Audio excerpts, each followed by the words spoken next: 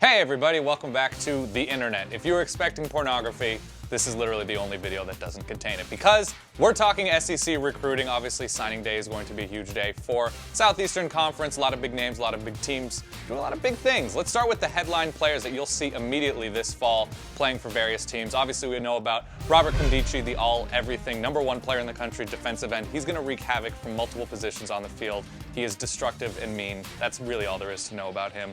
O.J. Howard, tight end for Alabama, 6'6", can grow into about a 250-pound frame, gives them their first real true pass-catching option in that offense. Doug Nussmeier is going to have a ridiculous weapon for years to come.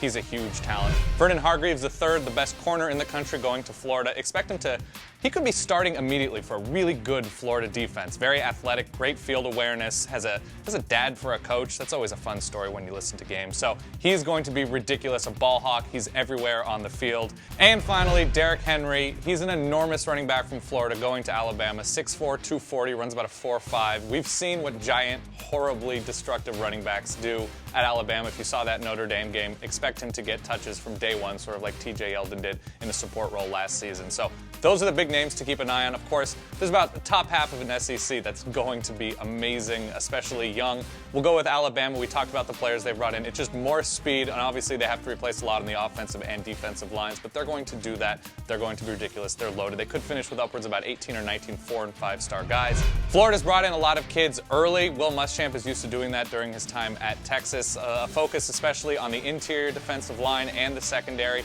and also receivers on the outside. A lot of speed, still raw. I don't know how early they can stretch the field for the Gators, but a ton of talent. Ole Miss is a team that we probably were not talking about a couple of years ago as being at the top half of the SEC in recruiting, but it's an interesting year to be a Rebel.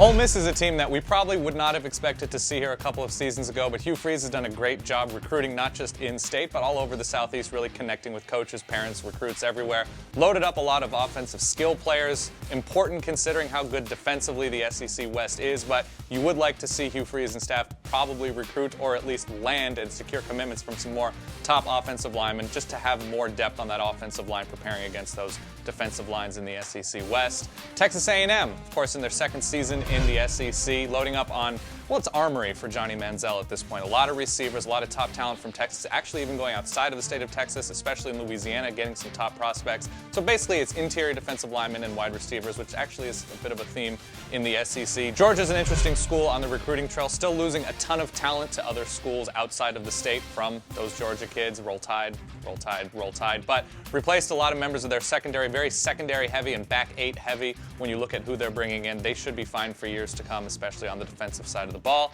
And LSU, they pretty much lost everybody to the NFL this season, but surprise, surprise, they recruited a lot of mean defensive linemen to immediately come in, step in, be dominant, be mean. They're going to be just fine. So there's a rundown of all things SEC recruiting. Let us know in the comments who your immediate impact players and schools that will take a leap forward because of the young talent they have.